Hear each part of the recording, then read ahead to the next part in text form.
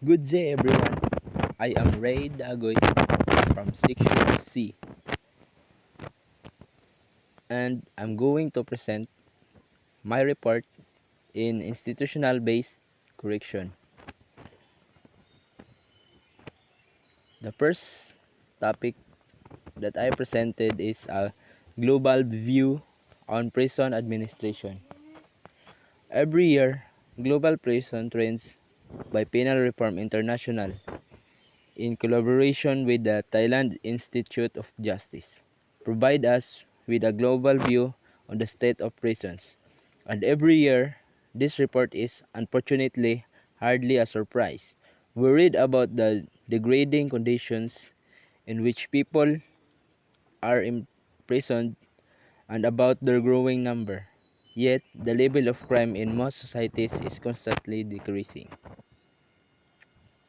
The chapter on drugs and imprisonment in this report highlights that a high number of prisons in the world are overcrowded due to the incarceration of people for drug-related offenses. In particular, non-violent offenses involved.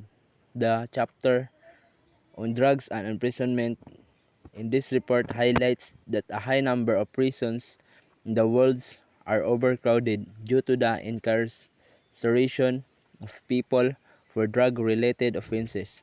In particular, non-violent offenses involving use of possessions for personnel using and possessions for personal use.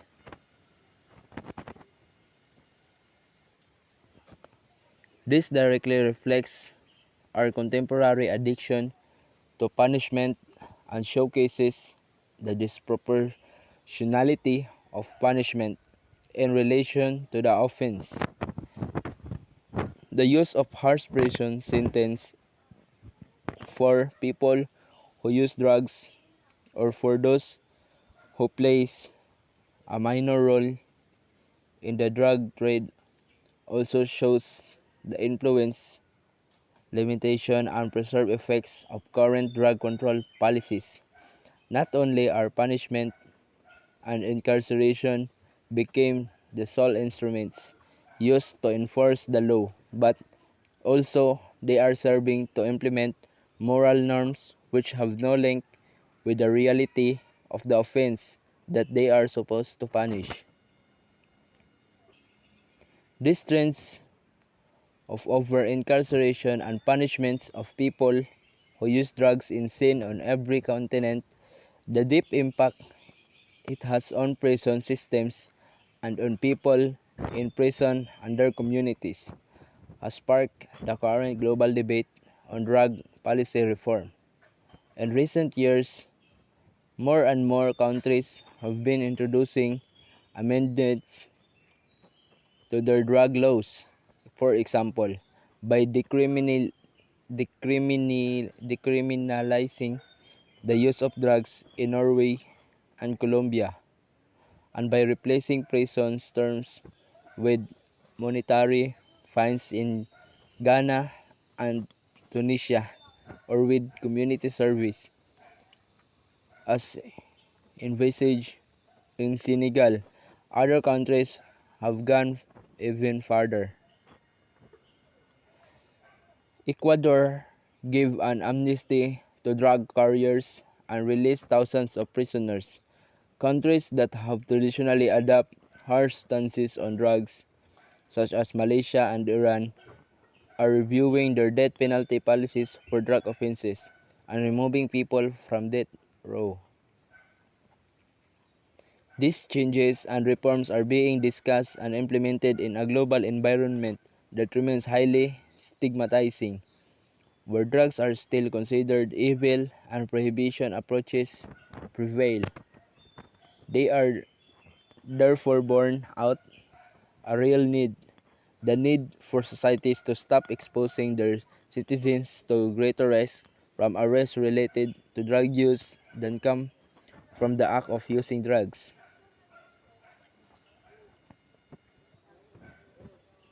The need for reforms was also highlighted at the UN General Assembly special sessions on drugs held in 2016.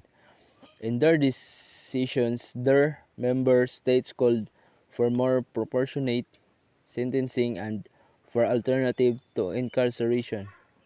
At the Global Commission on Drug Policy, we call for these commitments to be implemented, taking account of the fact that over-incarceration as a result of out-of-date drug policies stalls progress on implementing the Sustainable Development Goals, notably for Goal 3 on health, Goal 5 on gender equality, Goal 10 on reducing inequality, and Goal 16 for peaceful societies. Drug policies needs to reform and there are two urgent to enact. First, we need to accept that behaviors and actions of others that are not aligned with our own moral perspective do not need to be turned into criminal offenses. Second, we need to introduce proportionate sentencing and alternatives to imprisonment for minor drugs and supply related offenses. This will ease pressure on prison systems so that they can fulfill their purpose as set down in the UN Nelson Mandela rules to play a rehabilitative role and focus on social reintegration and to distance from the criminal justice system those who should not be subject to it, including people who use drugs.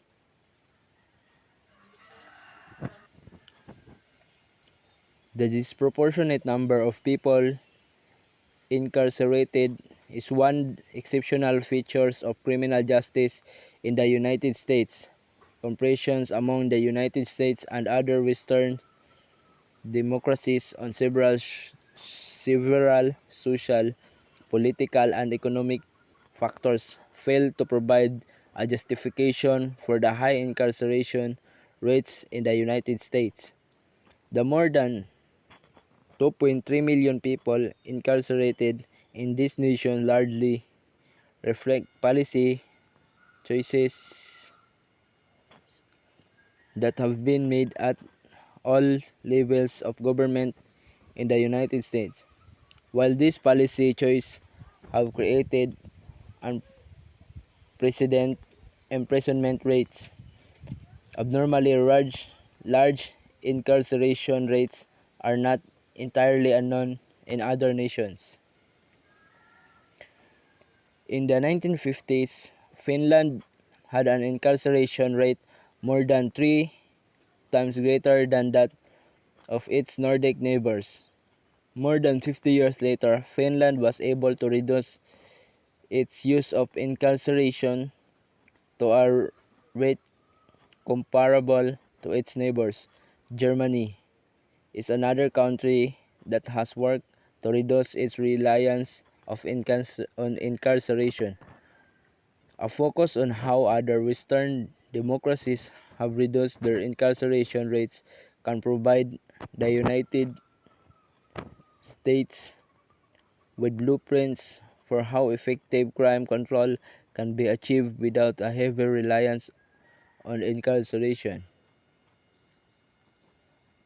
So, the next one is prison, antiquity to modernity. The Roman Empire officially collapsed in 485 CE, overrun by various tribes who had come in large numbers from the east and the north. The barbarians from other world derived from Greek barbaros or foreigners. Every society is born out of chaos. Strong people create order out of chaos, which create a different set of conditions and needs.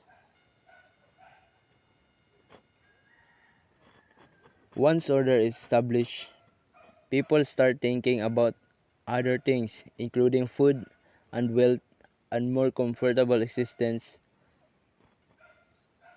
The Dark Ages, roughly 500 to 900 CE, and the Middle Ages, 900 to 1200 CE,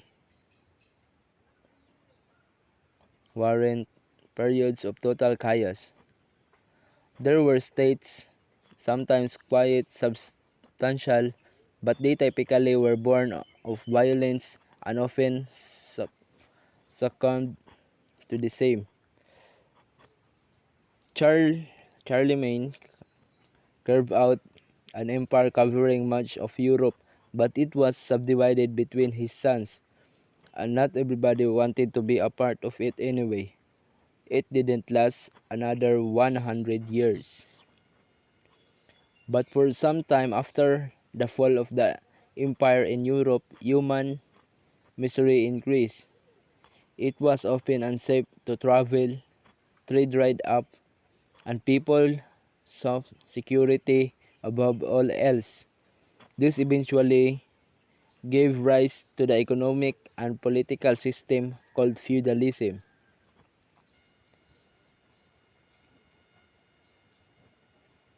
In feudalism, ordinary people agree to work for and feed the biggest, baddest guy with a pointy stick, who in return agrees to keep the peasants safe from danger and attack. Feudal states were self-sufficient because there was very little trade. Remember, it wasn't safe to travel, as not every place is equally good to producing every kind of good and service. This is not economically very efficient way to organize things. It did, however, eventually restore order. All knowledge was not lost. However, with the rise of Islam in the 8th century CE, another rich and powerful civilization was born. Muslim philosophers built on the work of Plato and Aristotle. For both early Christian and early Muslim thinkers, the challenge was to reconcile earthly government with the idea of an all-powerful God who commanded strict adherence to his law. St. Augustine, 354 to 430 CE, saw the state as God's punishment for man's sinfulness. The city of God matters, the city of man, not as much. Muslim philosophers such as Al-Farabi, 872 to 950 CE, Avicenna, 980 to 1087 CE, and Averroes, 1126 to 1198 CE, built on Plato's ideas of philosopher king, in this case a prophet imam, who would combine both religious righteousness with just rule. These Arab philosophers are access to both Plato and Aristotle in particular have been lost to the Christian West. But in 1085 the European Spanish reconquered the city of Toledo from the Muslim Spanish or the Moors. And Toledo had a really big library that miraculously wasn't burned to the ground.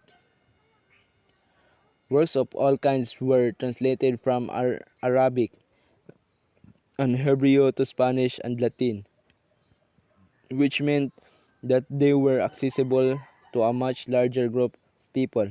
Aristotle was troubling at first to medieval Christian scholars. He said things that weren't in the Bible. Eventually, however, he became the chief source of everything that wasn't in the Bible, which is fields such as science wasn't always the best choice. Aristotle was partially rehabilitated in the West by Saint Thomas Aquinas,